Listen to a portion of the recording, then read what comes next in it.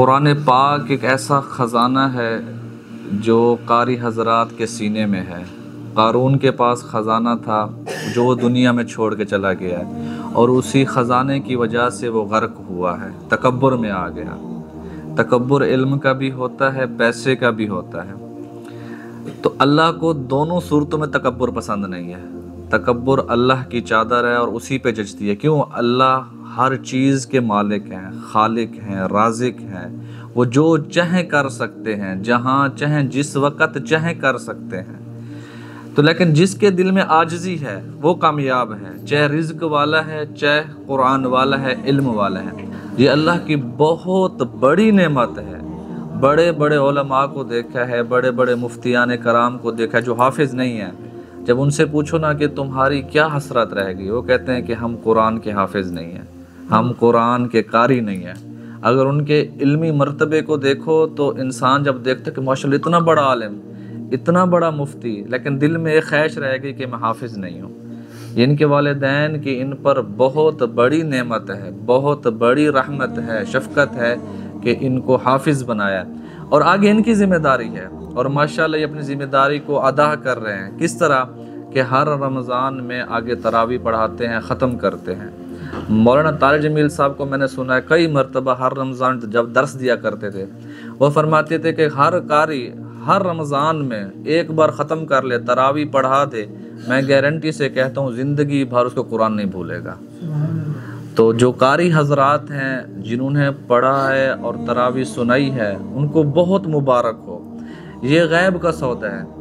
یہاں پیسے ہوں جیب میں ایک زہری سودا ہے کہ میرے پاس پیسے مارکیٹ میں جا رہا ہوں، یہ غیب کا سودا ہے۔ یہ ان کے لیے کرنسی ہے کہ قرآن ان کے سینے میں ہے۔ جب یہ مریں گے، قبر میں جائیں گے، تو اس کرنسی کی قیمت تب چلے گی۔ مثال کے طور میں بتاتا ہوں، ابھی پاکستانی روپیہ ہے، اگر ہم اس کو سعودی عرب لے جائیں اور وہاں جا کے کہیں کہ ہمیں پانی کی بوتل دو، اس پاکستانی روپے سے نہیں ملے گا، دکاندار کہے گا جا کے ریال لے کے آؤ۔ اسی طرح یہ قرآن ہے، ہم چاہے جتنا پیسہ قبر میں لے کے جائیں، مال لے کے جائیں، سونا لے کے جائیں، وہاں فرشتے کہیں گے اس کی کوئی قیمت نہیں ہے۔ کوئی اعمال ہیں، کوئی قرآن کی تلاوت ہے، کوئی قرآن کی آیاتیں ہیں، کوئی نمازیں ہیں، وہاں وہ کرنسی چلے گی۔ جس کے پاس وہ کرنسی ہے وہ کامیاب ہے۔ اللہ کے نبی صلی اللہ علیہ وسلم کا ارشاد مبارک میں نے حدیث پڑھا ہے کہ ان اللہ یرفع بہذا الکتاب اقواما ویضع بہ آخرین، کہ قرآن ایک ایسا علم ہے، ایک ایسی کتاب ہے۔ اللہ کے نبی نے ارشاد فرمایا کہ بے شک اللہ پاک اس کتاب کی وجہ سے بہت سارے قوموں کو ترقی دیتا ہے، بہت سارے قوموں کو اٹھان دیتا ہے، زمانے میں عزت دیتا ہے، اور بہت سارے قوموں کو ذلیل کر دیتا ہے۔ علامہ اقبال کا ایک شعر ہے، وہ زمانے میں معزز تھے مسلمان ہو کر، اور تم خوار ہوئے تارک قرآن ہو کر۔ بہت بڑا شعر ہے۔ وہ بھی تو ہمارے آباء و اجداد تھے جن کو اللہ نے دنیا میں عزت دی۔ 23 سال قرآن کی محنت ہے، قرآن کا نزول ہے، ایسے لوگوں پہ قرآن نازل ہو رہا ہے جو اجڑ قسم کے ہیں، جو بیٹیوں کو زندہ دفن کر رہے ہیں، جو شراب کے عادی ہیں، جو زنا کرنے والے ہیں، جن کے اندر بڑوں کی عزت نہیں ہے، چھوٹوں پہ شفقت نہیں ہے، ننگے ہو کر خانہ کعبہ کا طواف کرنے والے ہیں، بتوں کے لیے اپنے بچوں کو ذبح کرنے والے ہیں۔ حضرت عبداللہ آپ صلی اللہ علیہ وسلم کے والد اور آپ کے دادا نے منت مانی تھی کہ میرے 10 بچے ہوں گے، 10ویں بچے کو میں کعبے میں جا کے ذبح کروں گا۔ یہ عبد المطلب کا رواج نہیں تھا، ان کی قوم کا رواج تھا، اور وہ ایسے کرتے تھے۔ اگر بیٹی ہوتی کہ کل اس کی شادی ہوگی، یہ کسی کی بیوی بنے گی، اس شرم و حیا کی وجہ سے اپنی بیٹی کو دفن کر دیتے تھے۔ اور اللہ نے وہیں قوم میں، اسی قوم میں محمد کو اٹھایا اور اسی قوم میں قرآن کو نازل کیا۔ انہوں نے قرآن کو سمجھا، پھر جا کے انہوں نے کیسر و کسریٰ کے قلعے کو ختم کر دیا، ان کی بادشاہت کو ختم کر دیا۔ جس طرح آج امریکہ ہے، جس طرح سپر پاور اس وقت وہ کیسر و کسریٰ تھے، رومن امپائر تھے، آج جس کو ہم امپائر جس کو کہتے ہیں کہ امریکہ یہ سپر پاور ہے، روس ہے، چائنا ہے، چین ہے، ان کے پاس اسلحہ بہت ہے، یہ سپر پاور ہیں۔ اس وقت وہ بہت سپر پاور تھے۔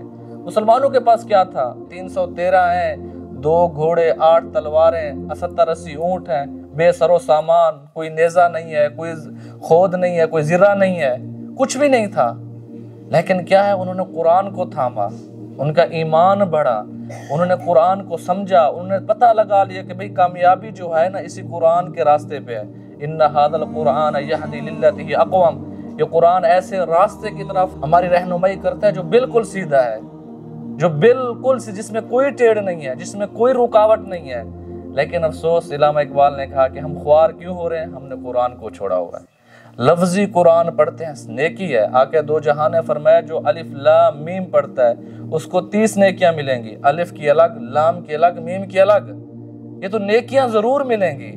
لیکن یہاں ہمیں اللہ نے دنیا میں کیوں بھیجا ہے؟ اس لیے بھیجا کہ ہم مسجد میں بیٹھے رہیں، نمازیں پڑھیں، قرآن پڑھیں، کاروبار جا کریں، اپنی مرضی سے کریں، وہاں ملاوٹ کریں۔ آقا دو جہاں نے فرمایا من غش فلیس منا، جو دھوکہ کرتا ہے، ملاوٹ کرتا ہے، وہ ہم میں سے نہیں ہے۔ تو یہ قرآن کی تعلیمات جب ہم پڑھیں گے، جب ہم قرآن کی تعلیمات کو سمجھیں گے تو ہمارا معاشرہ بدلے گا، پھر ہم اچھے انسان بنیں گے، اچھے شوہر بنیں گے، اچھے باپ بنیں گے، اچھے بھائی بنیں گے، اچھے دوست بنیں گے۔ ہمارا معاشرہ دیکھیں کس سائڈ پہ جا رہا ہے، اس کی وجہ کیا ہے؟ تارک قرآن ہے، قرآن کو چھوڑ کے بیٹھے ہیں۔